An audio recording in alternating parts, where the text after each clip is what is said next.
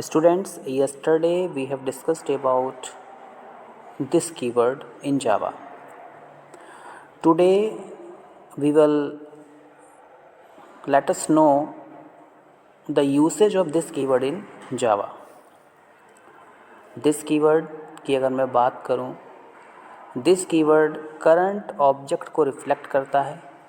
Current object की सारी properties को दिस कीवर्ड की हेल्प से मैं एक्सेस कर सकता हूँ, चाहे वेरिएबल्स हों, चाहे मेथड्स हों, या फिर लोकल कंस्ट्रक्टर चेनिंग हो, जैसा कि मैंने आपको प्रीवियस लेक्चर में बताया था।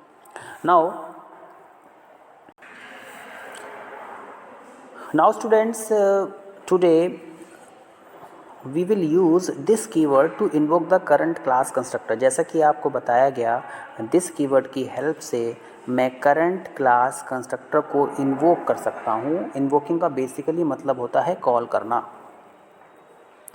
दिस एक इम्प्लिसिट पॉइंटर की तरह यूज़ होता है। देखिए, पॉइंटर्स के बारे में आपको ये बताया गया है कि with the help of pointers we can access the value that is stored somewhere in a particular address। यहाँ पर कंस्ट्रक्टर को आप बार बार यूज़ कर सकते हैं। हम एक कंस्ट्रक्टर की हेल्प से किसी दूसरे कंस्ट्रक्टर को कॉल करेंगे, दूसरे कंस्ट्रक्टर की हेल्प से किसी तीसरे कंस्ट्रक्टर को कॉल करेंगे, और यही कंसेप्ट हमारा कंस्ट्रक्टर चेनिंग कहलाता है। दिस कीवर्ड की हेल्प से लोकल चेनिंग होती है, और अगर हम सुपर कीवर्ड का यूज़ करते हैं तो पेरेंट क्लास और चाइल्ड क्लास कंस्ट्रक्टर चेनिंग होती है। Students, let us take a program. इस प्रोग्राम में सबसे पहले हम क्या करेंगे, कंस्ट्रक्टर्स को क्रिएट करेंगे। मैंने एक क्लास क्रिएट की जिसका नाम रखा दिस कंस्ट्रक्टर, जिसके इनसाइड मैंने दो वेरिएबल्स क्रिएट किए। मेरे पास में वैल्यू 1 है, मेरे पास में वैल्यू 2 है। यहाँ पर मैं दो कंस्ट्रक्टर क्रिएट कर रहा हूँ। एक मेरे पास में डिफ़ॉल्ट कंस्ट्रक्टर है, दूसरा मेरे पास में पैरामीटराइज्ड कंस्ट्रक्टर है। डिफ़ॉल्ट कंस्ट्रक्टर एक ऐसा कंस्ट्रक्टर होता है जिसके पास में पैरामीटर्स नहीं होते हैं, जो कि किसी भी वैल्यू को रिसीव नहीं कर रहा होता है। अगर मैं इस कंस्ट्रक्टर के सिंटेक्स को देखूं तो इसके पेरेंथेसिस में आप कोई भी वैल्यू को पास नहीं कर रहे हैं। ये हमारा डिफ़ॉल्ट कंस्ट्रक्टर है। अब देखिए, अगर मैं इस स्टेटमेंट को देखूं तो इस स्टेटमेंट को देख के आपको पता चल रहा होगा कि हम यहाँ पे दिस, मैंने क्या लिखा, दिस लिखा, और ब्रैकेट के इनसाइड में यहाँ पे वैल्यू को पास कर रहा हूँ। इट मीन्स इस स्टेटमेंट की हेल्प से कंट्रोल आपका यहाँ पर आ जाएगा। आपने दिस की हेल्प से पैरामीटराइज्ड कंस्ट्रक्टर को कॉल किया। पैरामीटराइज्ड कंस्ट्रक्टर ऐसे कंस्ट्रक्टर्स होते हैं जो कि किसी वैल्यू को रिसीव कर रहे होते हैं। Value 1, value 2। नाउ यहाँ पर जो आपने वेरिएबल यूज़ किए हैं पैरामीटर्स में, ये आपके लोकल वेरिएबल्स कहलाते हैं, और जो हम क्लास के इनसाइड वेरिएबल्स यूज़ करते हैं वो हमारे डेटा मेंबर्स कहलाते हैं। नाउ स्टूडेंट्स, यहाँ पर जैसा कि मैंने आपको बताया कि जब भी क्लास मेंबर्स में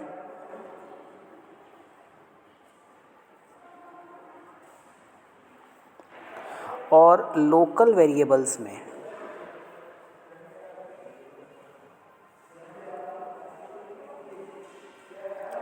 नेम कॉन्फ्लिक्शन होता है,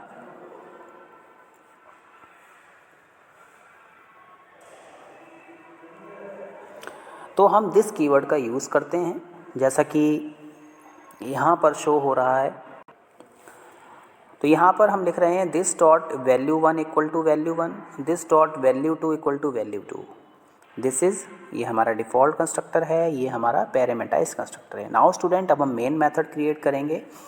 मेन मेथड में इस क्लास के ऑब्जेक्ट को क्रिएट करेंगे। ऑब्जेक्ट की हेल्प से हम पैरामीटर्स कॉल करेंगे। देखिए, यहाँ पर हमने सबसे पहले मेन मेथड क्रिएट किया। मेन मेथड के इनसाइड क्लास का ऑब्जेक्ट क्रिएट किया। देखिए जब आप यहाँ पे ऑब्जेक्ट क्रिएट कर रहे हैं तो ये वाला कंस्ट्रक्टर, तो जब हम ऑब्जेक्ट क्रिएट करने के बाद में यहाँ से कंस्ट्रक्टर कॉलिंग हो जाएगी। कंस्ट्रक्टर कॉलिंग होने के बाद में यहाँ पर ये वाला जो कंस्ट्रक्टर है ये कॉल हो जाएगा। कॉल होगा, इसके बाद में दिस ने पैरामीटाइज कंस्ट्रक्टर को कॉल कर दिया। पैरामीटाइज कंस्ट्रक्टर कॉल हुआ और यहाँ पे प्रिंट हो गया पैरामीटाइज कंस्ट्रक्टर। नाउ कंट्रोल दोबारा आपका इस वाली स्टेटमेंट पे जाएगा और यहाँ पे प्रिंट हो जाएगा डिफ़ॉल्ट कंस्ट्रक्टर। तो जैसा कि आप यहाँ पे देख रहे हैं कि आपके पास में आउटपुट में पहले क्या पैरामीटाइज कंस्ट्रक्टर शो हो रहा है, उसके बाद में डिफ़ॉल्ट कंस्ट्रक्टर शो हो रहा है। तो स्टूडेंट्स इस तरीके से हम लोकल कंस्ट्रक्टर चेनिंग परफॉर्म करते हैं और ये कंसेप्ट हमें ये बताता है कि हम किसी एक कंस्ट्रक्टर से किसी दूसरे कंस्ट्रक्टर को कॉल करते हैं। मल्टीपल वैल्यूज़ अगर हम ऑब्जेक्ट्स को देना चाहते हैं तो हमें यहाँ पर कंस्ट्रक्टर चेनिंग करनी होगी। नाउ स्टूडेंट्स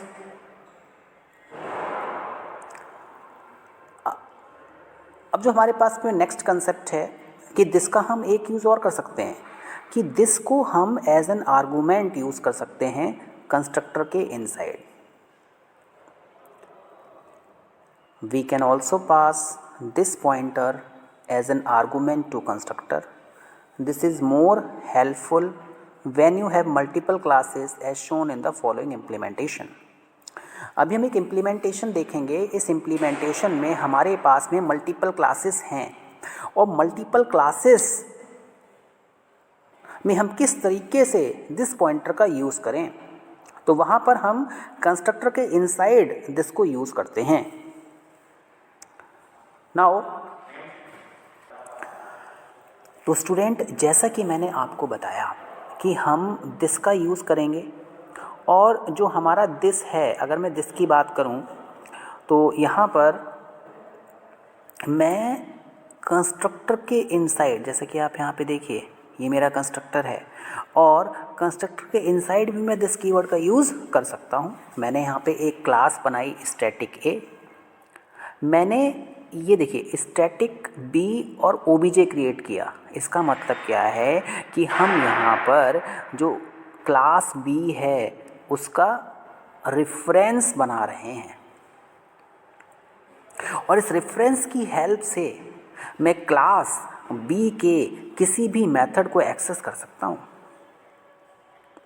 मैंने यहाँ पर सबसे पहले रेफरेंस क्रिएट किया। रेफरेंस क्रिएट करने के बाद में इस ब्लॉक की बात करूं तो यहाँ पे ये मेरा कंस्ट्रक्टर है और मैंने यहाँ पे क्लास बी के रेफरेंस को पास कर दिया। अब इसके इनसाइड अगर आप देखें तो this dot OBJ equal to OBJ, class B के ऑब्जेक्ट को मैंने इस रेफरेंस में सेव कर दिया और जब मेरे पास में कोई क्लास ए है, मेरे पास में क्लास बी है, क्लास बी के रेफरेंस को अगर मैं ए में क्रिएट कर रहा हूँ तो ए की इनसाइड मैं बी की सारे के सारे मेथड्स को, वेरिएबल को एक्सेस कर सकता हूँ। तो मैंने यहाँ पे ओबीजे डॉट डिस्प्ले लिखा। तो जब मैं ओबीजे डॉट डिस्प्ले लिख रहा हूँ तो यहाँ पर आप देखिए कि ये वाला मेथड यहाँ पे कॉल हो जाएगा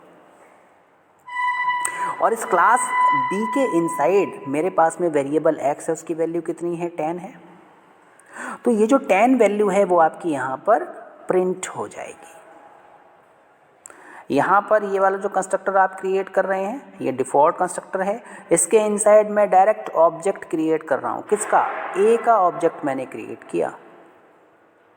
तो यहाँ पे आप देखिए रिवर्स कॉलिंग चल रही है, जो भी चल रही है। यहाँ पे हम केवल एक क्लास को कॉल करेंगे, ऑटोमेटिक यहाँ पे कॉलिंग हो जाएगी।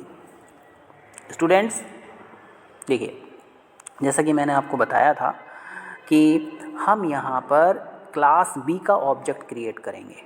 क्लास बी का मैंने ऑब्जेक्ट क्रिएट किया।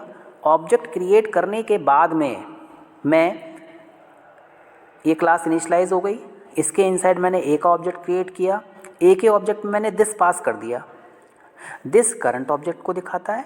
इट मीन्स मैं यहाँ पर ये बी क्लास के ऑब्जेक्ट को पास कर रहा हूँ। यहाँ से ये वाला कंस्ट्रक्टर इन्वोक हो गया, ए वाली क्लास इंस्टेंशिएट हो गई। इंस्टेंशिएशन होने के बाद में जो ऑब्जेक्ट मैंने यहाँ पे पास किया था वो इस वाले रेफरेंस के पास में आ गया, और जब रेफरेंस के पास में आ गया तो मैं इस रेफरेंस की हेल्प से बी के किसी भी वेरिएबल को, मेथड को मैं कॉल कर सकता हूँ। तो वही यहाँ पर किया गया है, obj.display। हमने क्या किया, इस मेथड को कॉल कर लिया और इसकी जो वैल्यू है वो यहाँ पे प्रिंट हो जाएगी, जैसा कि आप यहाँ पर देख रहे हैं कि मेरे पास में आउटपुट कितना आ रहा है, 10। तो इस तरीके से हम किसी एक क्लास के इनसाइड दूसरे क्लास के कंस्ट्रक्टर को भी कॉल कर सकते हैं। और जब हम इस तरीके से कॉलिंग करते हैं तो एक सिंपल सा कॉन्सेप्ट हमारे पास में आता है जिसको कि हम कहते हैं कंपोजिट ऑब्जेक्ट, और यही हमारा क्या कहलाता है, कंपोजिशन कहलाता है। स्टूडेंट्स, कंपोजिशन में हम किसी एक क्लास के इनसाइड किसी दूसरे क्लास का रेफरेंस बनाते हैं। ये हमारा tightly coupled form of composition होता है। यहाँ पर दिस कीवर्ड एक मोस्ट इंपॉर्टेंट रोल प्ले करता है। नाउ तो हमने देखा कि दिस के हमारे लिए क्या क्या यूसेज हैं। हम दिस को कंस्ट्रक्टर के आर्गुमेंट की तरह यूज़ कर सकते हैं, कंस्ट्रक्टर के इनसाइड पैरामीटर्स की तरह यूज़ कर सकते हैं। दूसरा, अगर मैं किसी एक क्लास के इनसाइड दूसरे क्लास के कंस्ट्रक्टर को कॉल कर रहा हूं तो मैं वहां पर दिस को पास कर सकता हूं। I hope you have understood this lecture. Thank you very much.